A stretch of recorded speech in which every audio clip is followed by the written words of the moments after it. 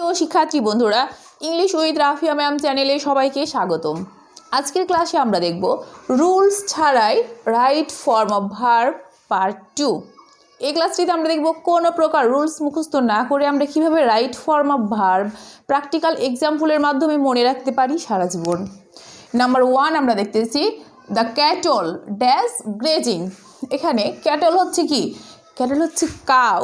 Cow এর যে collective noun সামষ্টিক, তার মানে এখানে অনেকগুলো গরু কথা বলা হয়েছে। দ্যাট মিনস কালেকটিভ অর্থাৎ কি, এটা কিন্তু সিঙ্গুলার না, পুরো গরুর সামগ্রিক অবস্থা বর্ণনা করতেছে, সামষ্টিক অবস্থা বর্ণনা করছে। তাই ক্যাটল হচ্ছে প্লুরাল, আর প্লুরাল যেহেতু সাবজেক্ট তাই আমরা প্লুরাল ভার্ব বসাবো কি, যে দ্য ক্যাটল আর গ্রেজিং। এরপর আমরা দেখতে পাচ্ছি হি had just dash finish the work. তার মানে কি, জাস্ট বলতে এইমাত্রই কী করেছে, সে তার কাজটা শেষ করেছে। তার মানে কি, সে তার কাজটা এই মুহূর্তেই শেষ করিয়াছে। আমরা দেখতে পাচ্ছি আছো আছি।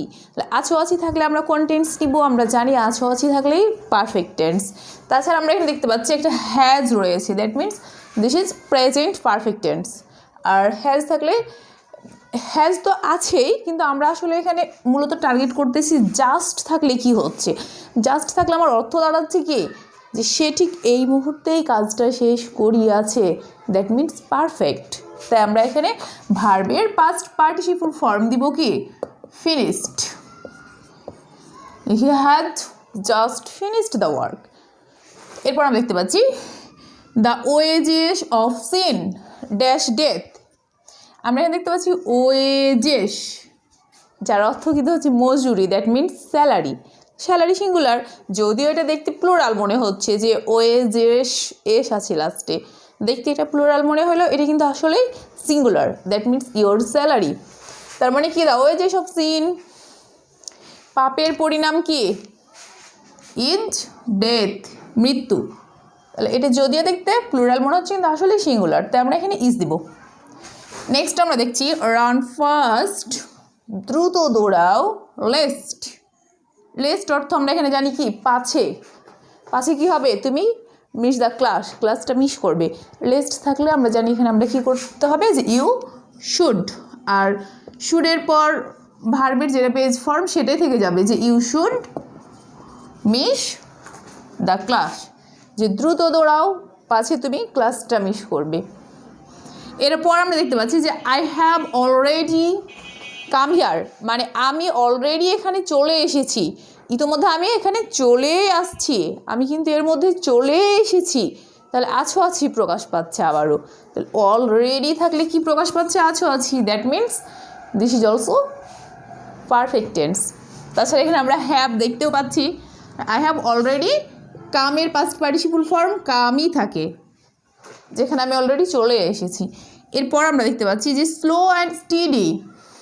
স্লো অ্যান্ড স্টেডি হচ্ছে কি, স্লো হচ্ছে ধীর, স্টেডি হচ্ছে স্থির। এ দুটো কিন্তু কাছাকাছি একই জিনিস, যে ধীর এবং স্থির কি হয়, উইন দ্য রেস, প্রতিযোগিতায় জিতে। তাহলে যদিও এখানে অ্যান্ড দিয়ে কানেক্টর রয়েছে, কিন্তু স্লো অ্যান্ড স্টেডি দুটোই কিন্তু কাছাকাছি জিনিস, তাই দিস ইজ সিঙ্গুলার সাবজেক্ট। আর সিঙ্গুলার সাবজেক্ট হলে আমরা সিঙ্গুলার ভার্ব নিব, উইন্স দ্য রেস। এর আগের ক্লাসে যেমন আমরা দেখেছি কি, যে time and tide wait for none. এখানে টাইম হচ্ছে একরকম জিনিস, টাইড হচ্ছে কিন্তু আরেকটা। সময় এবং স্রোত দুটোই যদিও কারোর জন্যই অপেক্ষা করে না, কিন্তু সম্পূর্ণই আলাদা জিনিস। আর ধীর এবং স্থির দুটোই কিন্তু কাছাকাছি জিনিস, তাই এটা সিঙ্গুলার। এরপর আমরা দেখছি do you know where he dash live. এই তুমি কি জানো সে কোথায় বাস করে? এখানে কিন্তু আমরা দেখতে পাচ্ছি ডু দিয়ে একটা প্রশ্ন করা হয়েছে, আবার হোয়ার। তাহলে হোয়ারের পর নর্মালি কি হয়, হোয়ার ডাজ হি লিভস এরকমটা হয়ে যায়, যে হোয়ার ডাজ হি লিভ এরকমটা হয়। কিন্তু একই বাক্যে আমরা এটা খুব করে মনে রাখবো, যে একই বাক্যে কখনো দুটোই প্রশ্নবোধক চিহ্ন রাখা যায় না। একই বাক্যে দুইটা প্রশ্নবোধক বাক্য একসঙ্গে ব্যবহার হতে পারে না। এখানে কিন্তু ডু ইউ নো অলরেডি প্রশ্ন হয়ে গেছে, তাই হবে কি হোয়ার, এখানে আর ডাজ হবে না। হোয়ার হি লিভস, এই তুমি কি জানো যে সে কোথায় বাস করে? এরপরে আমরা দেখতে পাচ্ছি যে wait until I dash return. Until, এখানে কিন্তু আমরা ডাবল এল দিইনি, দিস ইজ ওয়ান এল, কারণ এখানে আন রয়েছে। যদি শুধুমাত্র টিল হতো তখন আমরা ডাবল এল দিতাম।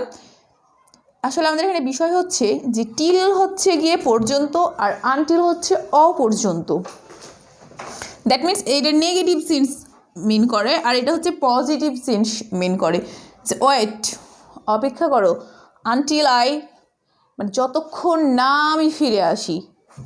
কিন্তু আনটিল অলরেডি নিজেই নেগেটিভ, তাই এখানে আর ডু নটের প্রয়োজন নাই, আই রিটার্নই থেকে যাবে। আনটিল আই রিটার্ন, ওয়েট অপেক্ষা করো যতক্ষণ না আমি ফিরে আসি। কিন্তু যদি এটা আমরা টিল দিয়ে করি যে যতক্ষণ পর্যন্ত আমি ফিরে না আসি টিল দিয়ে, তখন আমরা কিন্তু ডু নট করতে পারি। কিন্তু আনটিল নিজেই নেগেটিভ, তাই আমরা এখানে আর ডু নট ইউজ করবো না। তো সুপ্রিয় শিক্ষার্থী বন্ধুরা, এই ছিল রুলস ছাড়াই রাইট ফর্ম অফ ভার্ব শেখার পার্ট 2 নিয়ে ক্লাস। দেখা হবে পরবর্তী ক্লাসে, ততক্ষণ পর্যন্ত সবাই ভালো থাকবেন। আল্লাহ হাফেজ।